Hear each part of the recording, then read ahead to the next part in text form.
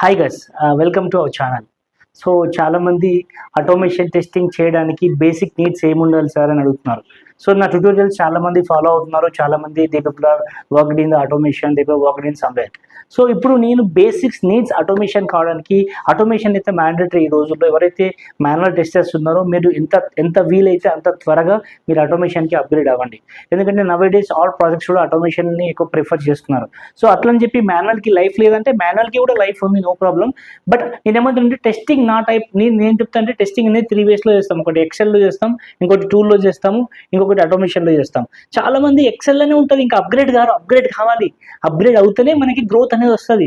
Upgrade కాకుండా అక్కడే ఎక్సెల్లో ఉన్నాం అనుకోండి, గ్రోత్ రాదు. అది మీకు తెలుసు ఆల్రెడీ. బట్ మీకు గ్రోత్ రాదని తెలిసి కూడా స్టిల్ అక్కడే ఉంటారు. ఒక 5, 6, 7 years తర్వాత అప్పుడు ఆటోమేషన్ కానీ వస్తుంటారు. నా దగ్గరకు వస్తుంటారు కదా, నా దగ్గరకు వచ్చే వాళ్ళు 8 years, 7 years, 6 years, 5 years వాళ్ళు ఆటోమేషన్ ట్రైనింగ్ తీసుకోవడానికి వస్తుంటారు. నేను ఆన్లైన్లో ట్యూటోరియల్స్ చెప్తా ఉంటాను.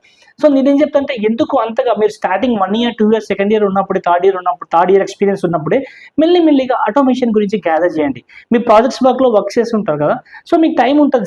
స్ప్రింట్కి చాలా టైం ఉంటుంది. ఒక్కొక్క స్ప్రింట్లో అయినా సరే, బయట ఇప్పుడు కొత్తగా వచ్చే వాళ్ళైనా సరే ఆటోమేషన్ విత్ టూల్స్ మీద ఎక్కువ ఫోకస్ చేయండి. సో ఆటోమేషన్ కావాలంటే బేసిక్ నీడ్స్ ఏమి ఉండాలి అంటే నేను చెప్తాను చూడండి. సో మీకు ఆటోమేషన్ కావాలంటే చాలా మంది ఎంత కోడింగ్ ఉంటుందో అని అనుకుంటారు. మనకు అసలు కోడింగ్ ఉంటుంది కానీ compare to front and back and డెవలపర్స్కి ఉన్నంత కోడ్ ఉండదు. మనం సపరేట్గా కోడ్ లోకల్ ఎన్విరాన్మెంట్లో ఏం రాయము. ఆల్రెడీ రాసిన కోడ్ని మనం కాల్ చేస్తాం త్రూ ఆటోమేషన్ ద్వారా. సో ఆల్రెడీ డెవలపర్ అనేది కోడ్ రాస్తాడండి. Front end for example Java front end developer, back end developer ఉంటాడు. ఫ్రంట్ ఎండ్ డెవలపర్ ఫ్రంట్ ఎండ్లో HTML లైక్ కొత్త CSSని రాసి తను కోడ్ రాస్తాడు. మనం ఏం చేస్తున్నాం with using of the automation, మనం తను రాసిన కోడ్ని కాల్ చేసి మనం ఆటోమేట్ చేస్తున్నాం. బట్ మనం ఆటోమేట్ చేస్తే లోకల్లో ఉన్న కోడ్ ఇన్ఫాక్ట్ అవ్వదు.